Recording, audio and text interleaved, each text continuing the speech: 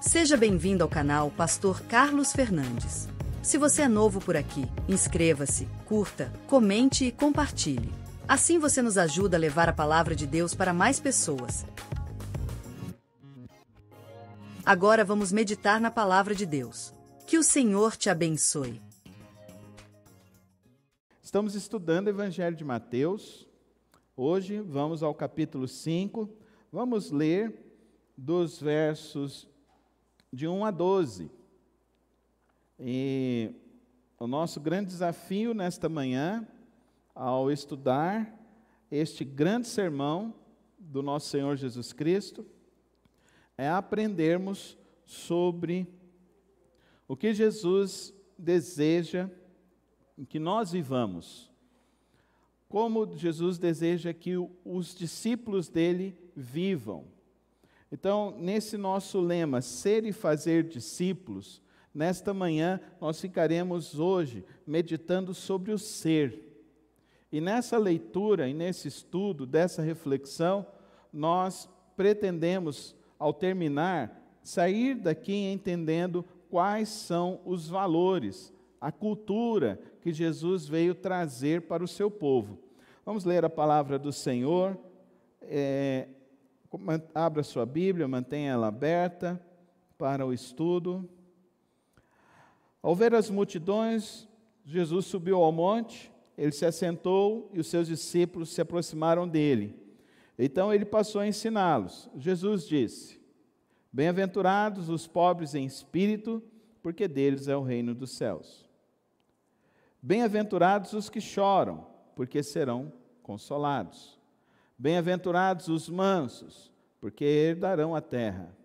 Bem-aventurados que têm fome e sede de justiça, porque serão saciados. Bem-aventurados os misericordiosos, porque alcançarão misericórdia. Bem-aventurados os limpos de coração, porque verão a Deus. Bem-aventurados os pacificadores, porque serão chamados filhos de Deus. Bem-aventurados os perseguidos por causa da justiça, porque deles é o reino dos céus. Bem-aventurados são vocês, quando por minha causa os insultarem e os perseguirem, e mentindo, disserem todo mal contra vocês. Alegrem-se e exultem, porque é grande a sua recompensa nos céus, assim, pois perseguiram os profetas que viveram antes de vocês. Oremos. Pai Celeste, obrigado pela Tua santa palavra para nos orientar e nos desafiar. Obrigado pela liberdade e por esse momento que temos, ó Deus, para meditá-la. Que nesta hora o Teu Espírito Santo conduza os nossos corações ao Teu propósito, ao Teu querer, e que nada venha impedir, nem uma obra maligna, nem um sofisma, nem um ataque, ó Deus, nem uma cegueira espiritual, nem uma incredulidade, Pai. Venha impedir nossos corações de compreender a Tua vontade e o Teu querer. Traz-nos a Tua santa revelação, a Tua santa palavra para nos dirigir nesta manhã, em nome de Cristo Jesus. Amém e amém. O Evangelho de Mateus é conhecido como o Evangelho das grandes pregações de Cristo Jesus. Nós vamos ver 5 grandes momentos, 5 grandes pregações neste Evangelho. O Sermão da Montanha é o primeiro deles. E é muito interessante como Jesus inicia a sua explanação pública, como ele está a orientar a multidão que está ao seu redor.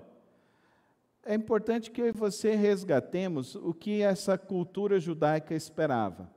Essa cultura judaica estava aguardando um rei político, um rei militar, para que pudesse libertar novamente o povo de Israel do jugo de Roma. Jesus chega como sendo o Messias, que nós vimos a revelação no capítulo 4, quando João Batista nos diz, e quando acontece no seu batismo a presença do Pai, do Espírito, junto ao batismo do Filho. E ali então nós vemos então de uma maneira bem clara a figura do Messias representado. E isso é o que nós estamos vendo em todo este evangelho. Mateus sempre mostrando que Jesus é o Messias prometido. Agora, quando ele apresenta na sua primeira pregação o Sermão da Montanha, agora Jesus se revela verdadeiramente. Eu não sou o líder político que vocês esperam. Eu não sou o líder militar que vocês esperam. E eu não estou aqui para trazer política ou trazer forças militares para libertar o povo de Israel. Não, eu estou aqui para trazer valores do céu para o seu coração, para a sua vida. E Jesus, então, ele faz o seu primeiro discurso na Galileia, não em Jerusalém. E é interessante que nesse seu primeiro discurso que ele apresenta, então ele derrota verdadeiramente a ideia do Messias político e bélico, porque ele começa pela região mais pobre, pela região que mais necessitava de um socorro, a Galileia. Então, se fosse para ser um líder político, um líder bélico, ele deveria começar em Jerusalém e não na Galileia. Ele começa na Galileia justamente para mostrar que o seu reino não é o reino deste mundo, mas é o reino dos céus. E que ele está submisso ao Rei dos Reis, o nosso Deus, e que ele vive submisso ao Rei dos Reis. E assim ele ensina e quer ensinar este percurso para que todos aqueles que resolvam seguir o seu caminho venham viver esses valores. Então, não é uma cultura que nós aprendemos. Ser crente não é aprender a falar o crentez. Ser crente não é aprender a usar a roupa do crente. O ser crente tem a ver com a sua essência, com os seus valores.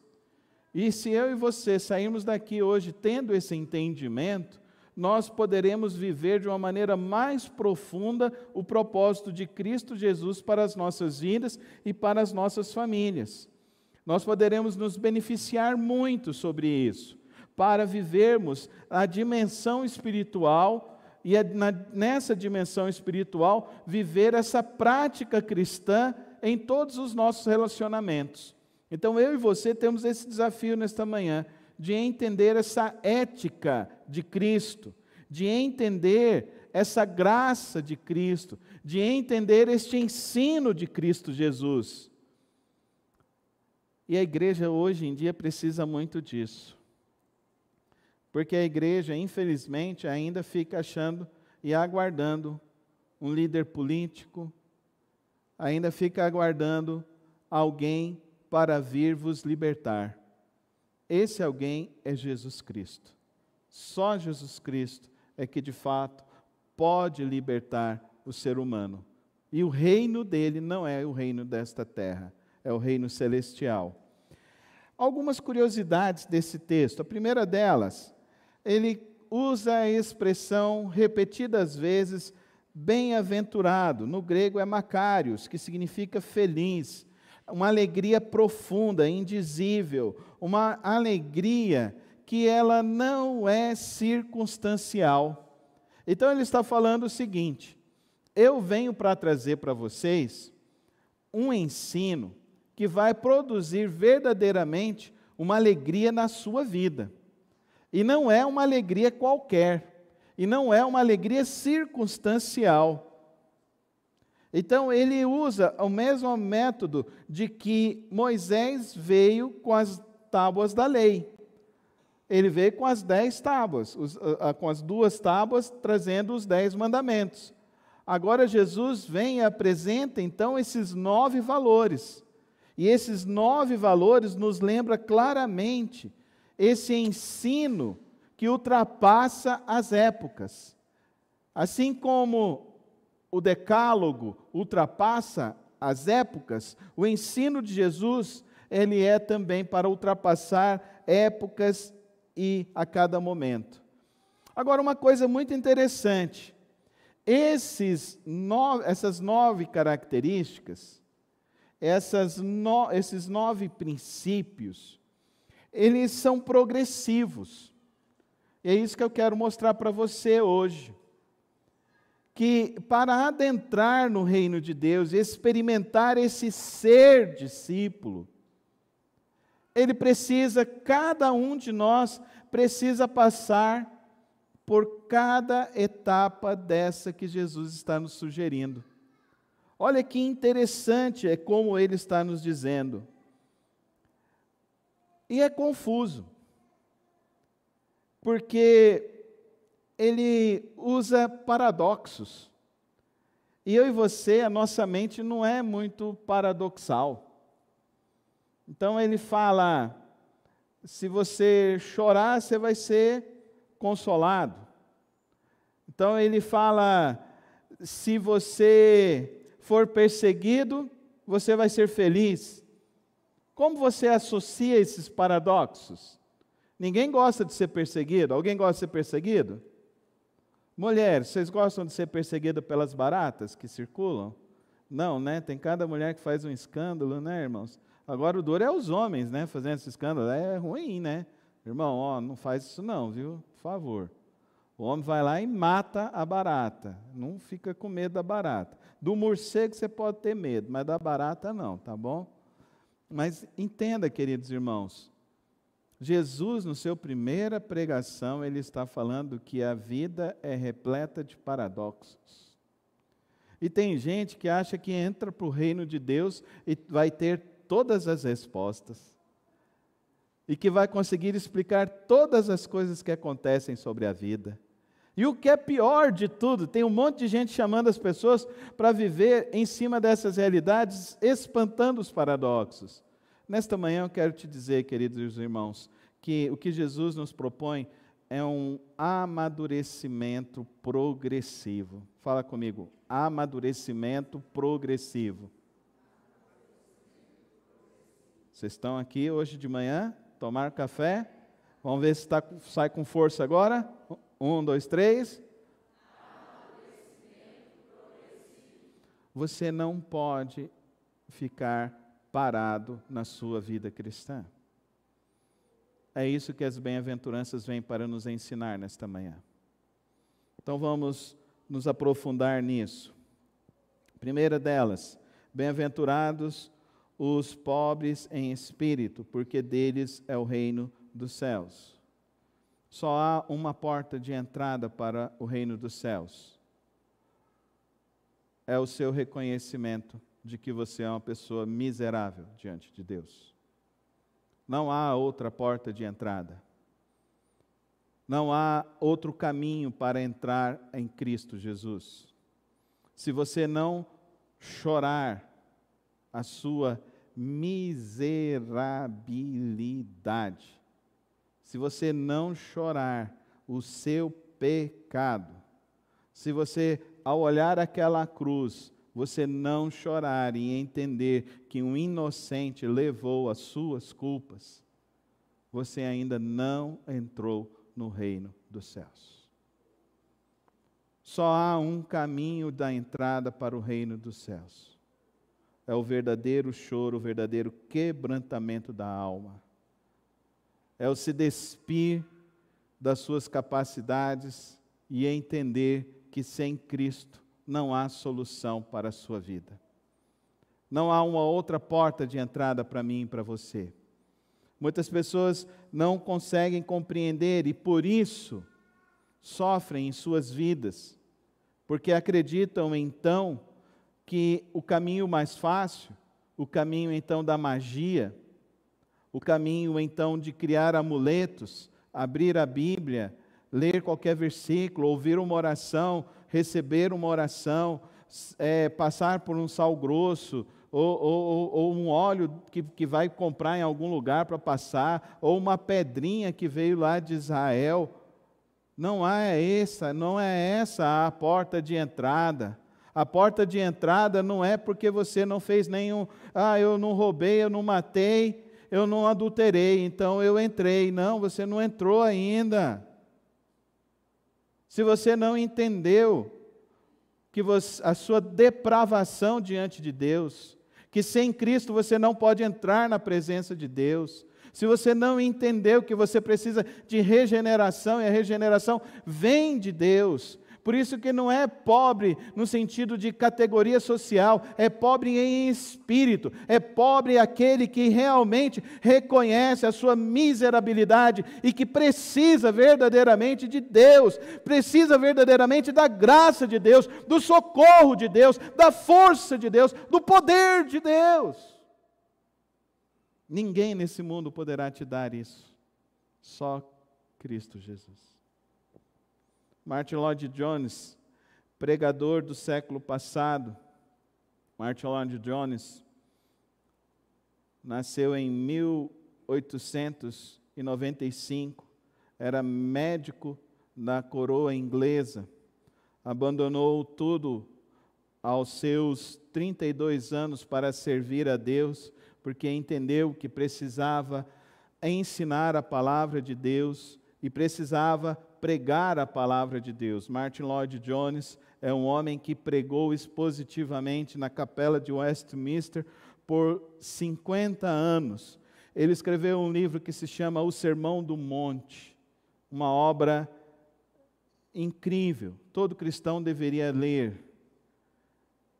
Martin Lloyd-Jones, nesse livro, falando sobre ser pobre do espírito, ele fala: não há entrada no reino de Deus sem a humilhação. A porta está baixa e só os que se curvam podem passar e entrar. O ser discípulo, ele só ocorrerá na sua vida se você se despir do seu egoísmo, do seu orgulho, das suas vaidades e entrar pelo caminho vivo e seguro que é Cristo Jesus. Não são teus ritos religiosos que te salvam. Não são a fé da tua família que te salva. Só há um caminho e é Jesus Cristo. Só Ele. E para entrar no caminho de Cristo, se não há um choro verdadeiro da alma, de um quebrantamento verdadeiro, ainda não há a entrada verdadeira.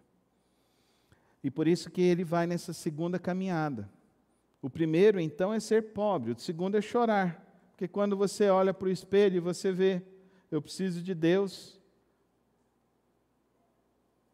Sabe o que o apóstolo Paulo diz? Lá em Romanos: miserável homem que sou, o bem que eu quero fazer, isso eu não faço, mas o mal eu pratico. Então ele diz: miserável, quem me livrará do corpo da minha alma, dessa destruição? Cristo Jesus. O verdadeiro e genuíno arrependimento nos levará ao verdadeiro choro, não é uma tristeza, é um peso. Por isso que Jesus fala: aquele que quiser vir após mim, vinde a mim, todos vós que estáis cansados e sobrecarregados, porque eu vos aliviarei. E tem tantas pessoas que estão dentro da igreja e estão carregando o peso da sua alma, porque ainda não encontraram descanso em Cristo. Porque são religiosos, não se abrem, não se desnudam diante de Deus, sem tristeza pelo pecado, querido irmão. Não há verdadeiro arrependimento. Sem tristeza pelo erro, não, você não experimenta o verdadeiro consolo do Espírito. Sem tristeza das iniquidades, não há cura pela graça de Deus. Dr. Jones, ele fala que o verdadeiro cristão chora porque sabe o que o pecado custou a Cristo. Em uma de suas últimas falas na cruz do Calvário, Cristo diz: Deus meu, por que me abandonaste? Nós estamos ali diante de um dos momentos mais profundos de toda a história da humanidade. aonde ocorre uma separação do pai e do filho, por causa dos pecados, dos meus pecados, dos seus pecados. O próprio Cristo, ele reconhece essa dor, que é uma dor tão profunda, uma dor tão terrível. Deus meu, por que me abandonaste aqui? O próprio Cristo se depara com o desespero humano. O próprio Cristo, ele vê o que é um momento sem a presença de Deus. Ele brada mais que um choro. Ele clama mais do que lágrimas. É o choro da alma. Você quer receber o consolo de Deus? Pare de viver no teu mundo de desculpas. O Dr. Jones, ele fala que nisso, ele diz que o discípulo que verdadeiramente experimentou a graça de Deus era Pedro, o explosivo, o que saiu fora do barco e andou. Foi o que chegou diante de Cristo e disse: eu não dou conta de amar como o Senhor quer, mas eu gosto muito do Senhor. E ele falou: é melhor as explosões de Pedro do que os afagos doces de Judas. Judas tentava enganar Cristo, mas enganava a si próprio diante da sua própria falsidade, que não conseguia entrar e encarar seus próprios pecados e iniquidades. Que Deus nos livre desse espírito em nossas vidas. E que nós sejamos verdadeiramente transparentes em Cristo Jesus. O nosso grande problema da vida, irmãos, é o nosso relacionamento com Deus. E o problema não está em Deus, está em nós. O problema é que a gente quer criar um outro mecanismo de entrada para o reino dos céus. E o mecanismo é ser pobre de espírito, é chorar a sua alma, para que assim, queridos irmãos, nós encontremos o verdadeiro consolo que vem do Senhor. E aí, isso brotará em mim e em você o fruto do Espírito. Bem-aventurados os mansos, porque herdarão a terra. Não há como se fabricar o fruto do Espírito. O fruto do Espírito é uma experiência do ser. O fruto do Espírito não é um aprendizado acadêmico. O fruto do Espírito é uma experiência do quarto secreto.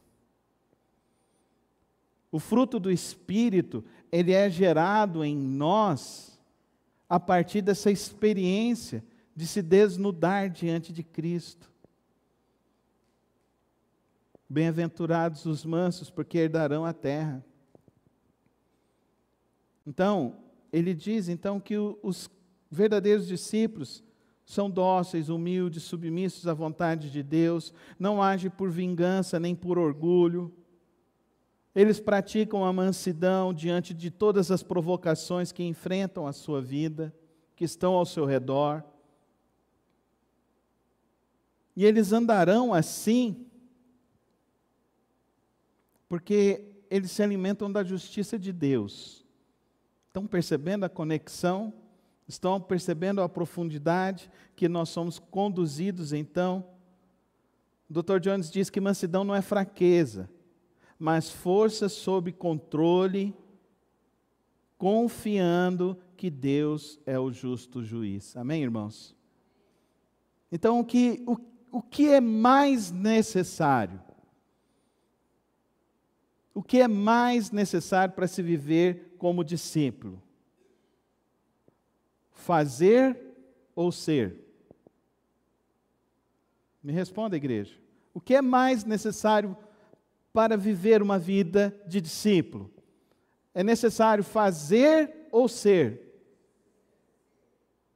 Por que que nós gostamos mais do fazer e nos enebriamos com tantas e tantas atividades e temos pouco tempo, pouquíssimo tempo de oração? O Instituto Barna fez uma pesquisa em mais de 1.000 igrejas nos Estados Unidos, perguntando o tempo que as pessoas tinham de leitura da palavra e oração. Queridos, mais de 90% não gastava 5 minutos da semana em oração e leitura da palavra. Como que está a sua vida? Você ainda está enfadado pela palavra de Deus? Você ainda está se rendendo ao sono ao ler a palavra de Deus? Ou você está numa corrida desenfreada de querer fazer a vida e resolver tantas coisas, e você não tem o tempo de ser no altar de Deus, na casa do Senhor, com a presença de Cristo? Martinho Lutero, ele falava: é melhor 1 hora no quarto secreto do que 1000 horas fazendo qualquer outra atividade. Não renegue a tua espiritualidade, a tua experiência cristã. Seja diligente com ela, para vivermos a experiência que Deus deseja que nós vivamos. Ele quer gerar em você essa mansidão, amém, igreja? Ele quer gerar em mim, em você, a sermos mais mansos, dóceis, em nossos lares, que os nossos filhos aprendam vendo em nós isso. Bem-aventurados os que têm fome e sede de justiça, porque serão fartos. Esse caminho de mergulhar no Senhor, este caminho de buscar a justiça de Deus, este caminho de buscar a santidade de Deus, este caminho de se envolver com a palavra, com a oração, este caminho de buscar cada vez mais a Cristo, vai nos levar a essa fome e sede de justiça. O Dr. Jones diz que essa é a evidência de que a alma foi despertada por Deus. Queridos irmãos, sabe o que eu tenho descoberto na minha jornada ministerial?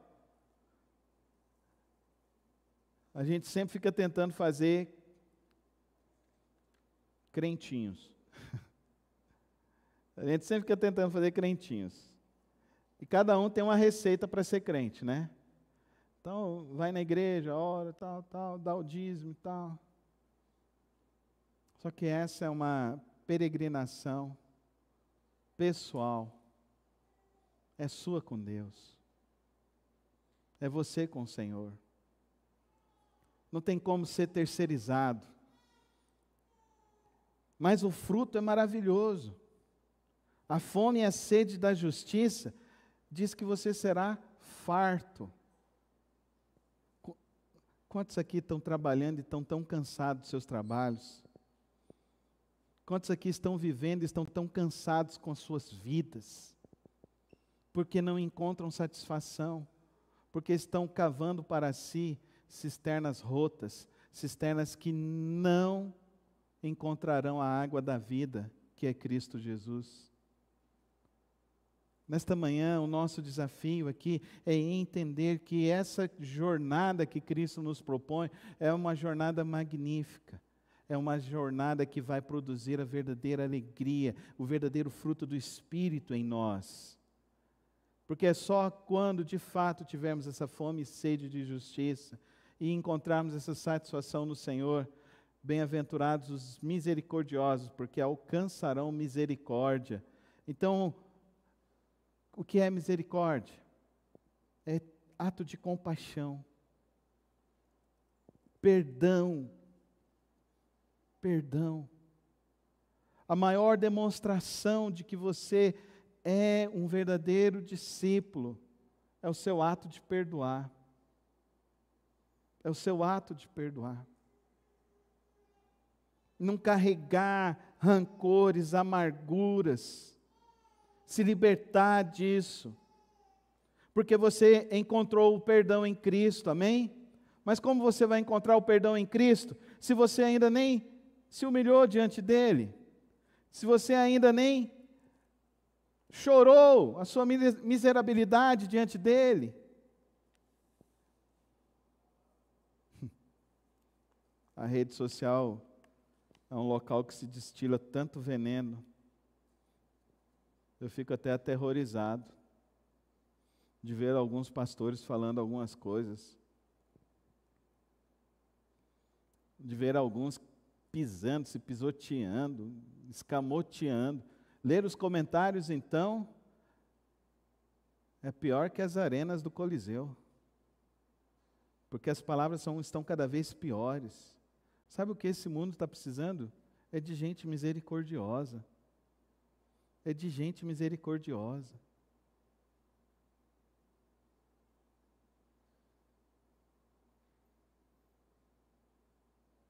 Pessoas que foram presas injustificavelmente. Idosos, mulheres.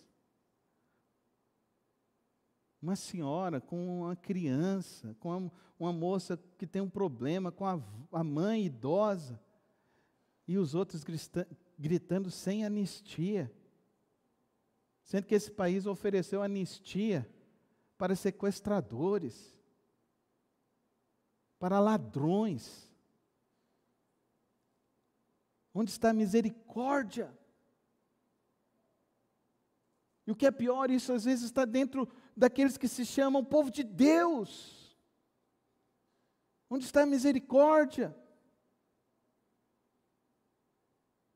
Sem Cristo, este mundo se tornará cada vez mais perverso, cada vez mais radical. Não radical nas coisas positivas, mas radical no sentido em querer destruir o próximo e não oferecer misericórdia ao próximo.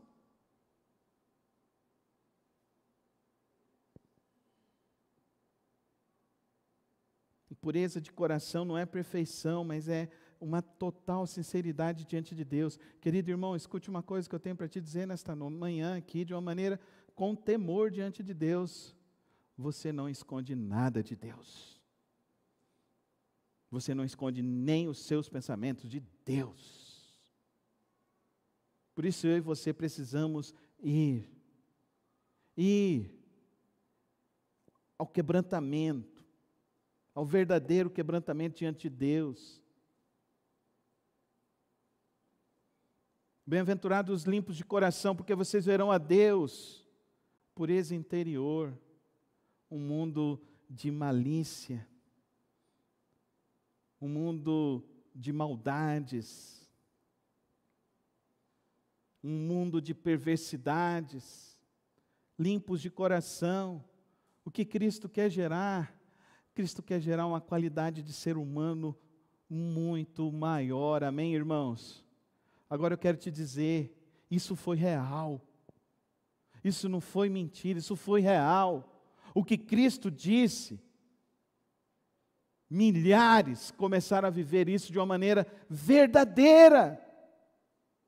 E Ele começou isso ensinando os seus discípulos ali, ao pé de uma montanha. E eles creram e começaram a viver isso. Sem estratégias, sem planejamento, sem mídia, sem marketing, mas apenas com o coração diante de Deus, apenas com o tempo de oração diante do Senhor. Eles começaram então a viver como pessoas limpas de coração. Eles, bem-aventurados os pacificadores, porque serão chamados filhos de Deus.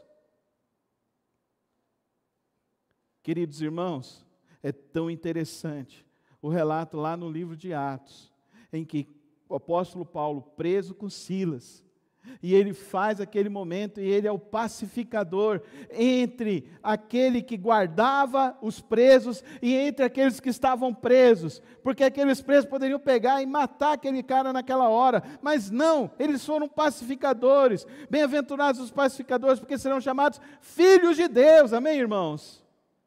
Se você segue alguém que não é pacificador, toma muito cuidado com isso, irmão. O pacificador é aquele que aquele que se move pela reconciliação, é aquele que se move pela paz nos relacionamentos. Os pacificadores são agentes da paz em casa, no trabalho, na igreja. O cristão não busca a paz a qualquer custo, mas ele vive a paz porque é um fruto do Espírito, amém, irmãos? Amém? Então, porque você vive a paz, você oferece a paz, amém, irmãos? O que esse mundo precisa? Eu vi um vídeo essa semana, 2 jovenzinhas tinham acabado de sair da igreja, elas estavam indo para a sua casa, para a casa delas. Chegam 2 rapazes de moto, um tira a arma e coloca e quer assaltar. A menina levanta a mão e começa a orar. O rapaz que estava com o revólver, ele cai de joelhos. O que estava na moto cai junto com a moto. E a outra começa a levantar a mão e a orar. Esse é o pacificador, amém, irmãos? Amém? Ou você é o pacificador que quando vê lá na rede social e fala bandido bom é bandido morto. Ela tinha que estar com o revólver e dar o tiro. Sendo que nós temos a arma mais poderosa que é o Espírito Santo de Deus. Amém, irmãos? Jesus com o Espírito Santo levou o Espírito Santo para aqueles homens com essas verdades do reino de Deus e gerou pacificadores.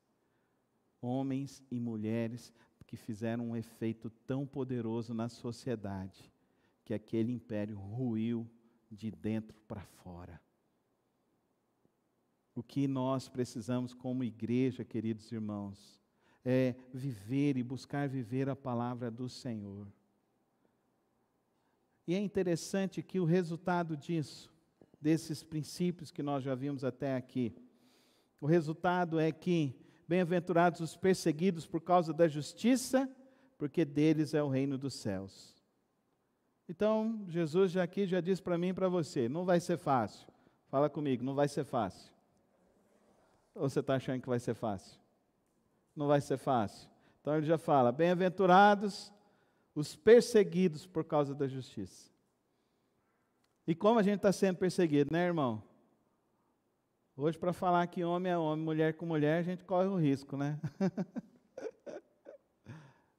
O homem nasce homem, a mulher nasce mulher, está correndo risco. Esse vídeo pode ser derrubado da internet. Olha que coisa. E aí, o que nós vamos fazer? Nós temos a arma mais poderosa, amém, igreja? Levanta assim comigo, eu tenho a arma mais poderosa. Coloca as mãos nos teus joelhos e fala assim, são os meus joelhos, orando a Deus. São as armas mais poderosas. Podem nos perseguir, amém? Quem está em Cristo, irmão, pode perseguir. Ele está firme com o Senhor. Ele permanece firme, amém? Ele declara sempre, como Jó declarou, eu sei que o meu Redentor vive e se levantará. Amém, igreja? Amém? Você quer experimentar isso? Uma força inabalável. Andar com Cristo é isso. É uma força inabalável. Não é uma força como este mundo, na força pautada no orgulho, na vaidade, na vingança, no ódio e no rancor. Não, é uma força poderosa, baseada na força do Espírito, da mansidão, da paz. da justiça de Deus, do consolo de Deus, da misericórdia do Senhor. Aí ele termina com o maior paradoxo de todos, queridos.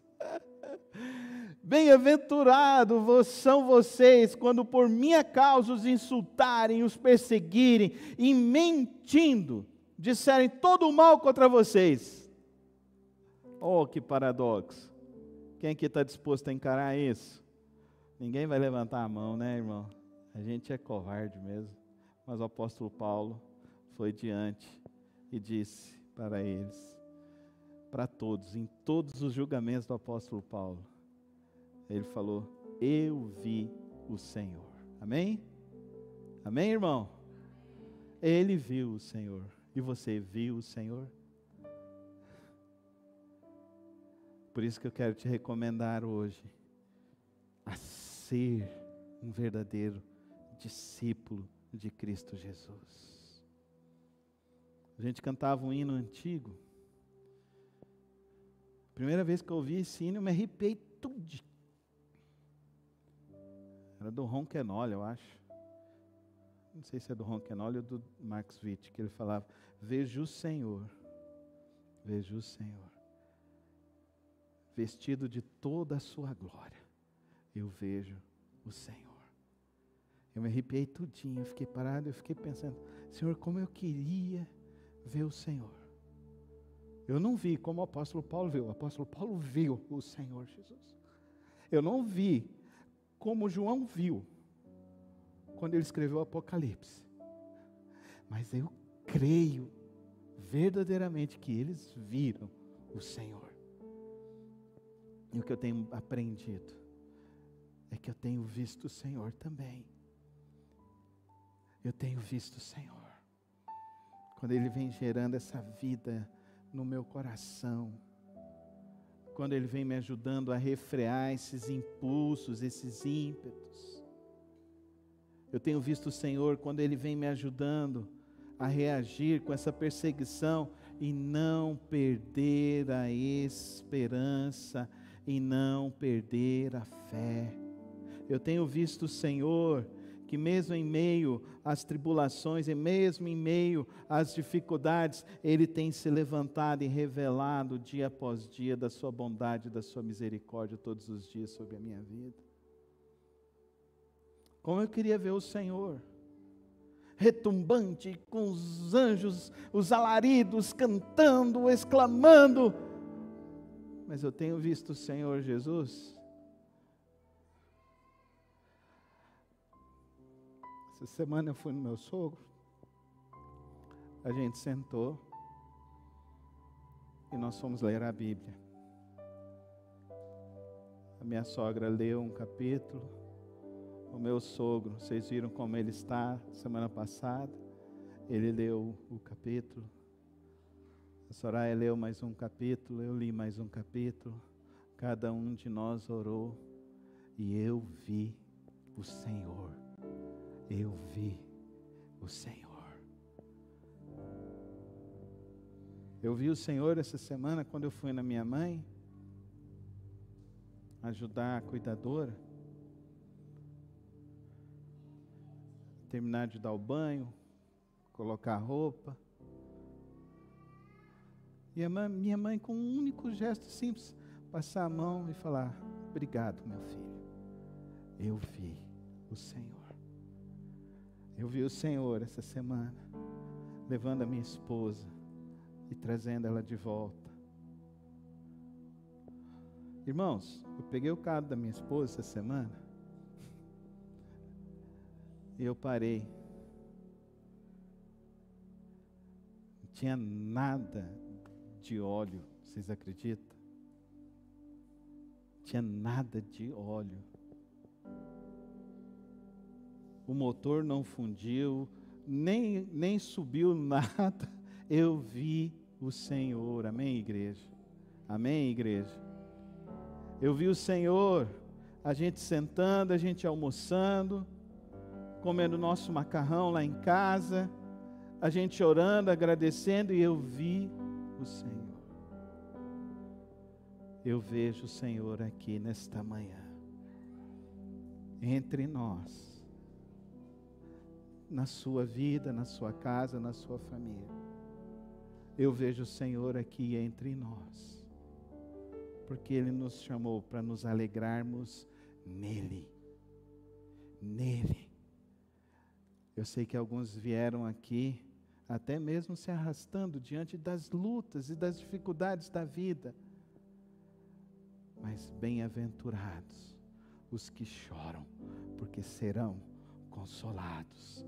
Bem-aventurados os mansos, porque herdarão a terra. Bem-aventurados os que têm fome e sede da justiça, porque serão saciados. Bem-aventurados os misericordiosos, porque eles alcançarão a misericórdia. Bem-aventurados os limpos de coração, porque eles verão a Deus. Bem-aventurados os pacificadores, porque serão chamados filhos de Deus.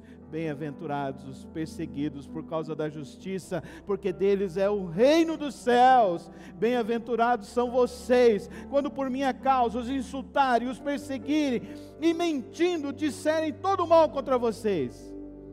Alegrem-se, exultem, porque é grande o galardão, a recompensa dos céus, pois assim perseguiram os que vieram antes de nós. E nós seremos fiéis até o fim. Amém? Fiquem em pé comigo na presença do Senhor, igreja. Levanta suas mãos aos céus e diz assim agora: Senhor Jesus, eu quero ser esse bem-aventurado. Eu quero ser esse bem-aventurado na minha casa. Eu quero ser esse bem-aventurado no meu trabalho. Com fé, igreja, eu quero ser bem-aventurado nessa história. Eu quero ser o verdadeiro discípulo do Senhor. Eu queria deixar então 3 recomendações para nós nessa semana. A primeira delas, aproveite. Ao começar o seu dia, você vai abrir Mateus 5, você vai ler, e vai ver aquilo que você precisa crescer e aprofundar, e você vai pedir a Deus: Deus, eu quero mais. Quantos aqui vão fazer? Levanta sua mão, eu quero ver, quero orar por vocês. Segundo, lute contra o orgulho. Lute contra a autopromoção. Lute contra a superficialidade espiritual. Lute contra a vingança. Lute contra o rancor. Lute contra o orgulho. Todos os dias nós somos assolados por essas tentações.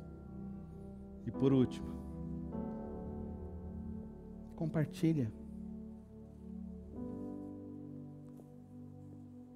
Daqui a pouco eu vou postar lá no meu Instagram, e você vai poder compartilhar isso, para que eu e você possamos nos lembrar todos os dias: eu sou um bem-aventurado de Cristo Jesus. Amém? Pai, obrigado pela Tua palavra. Tua palavra é tão profunda e tão desafiadora. Obrigado porque nesta manhã o Senhor nos deu o privilégio de ver a Tua glória entre nós. Obrigado porque a Tua palavra, ela traz a verdadeira esperança e salvação aos nossos corações. Toma as nossas vidas, ó Santo Deus. Nos conduz, ó Deus, ao Teu caminho bom, perfeito e agradável. E tudo aquilo que há em nós que precisa ser retirado e transformado, o Senhor venha tirar com o Teu poder e a Tua graça, em nome de Cristo Jesus. Amém e amém. Obrigado por ter acompanhado mais uma das reflexões do nosso canal. Não se esqueça de se inscrever e ativar as notificações aqui no canal. Tem vídeos novos todas as semanas e o podcast na quarta-feira. Que o Senhor te abençoe e te guarde. Até o próximo vídeo.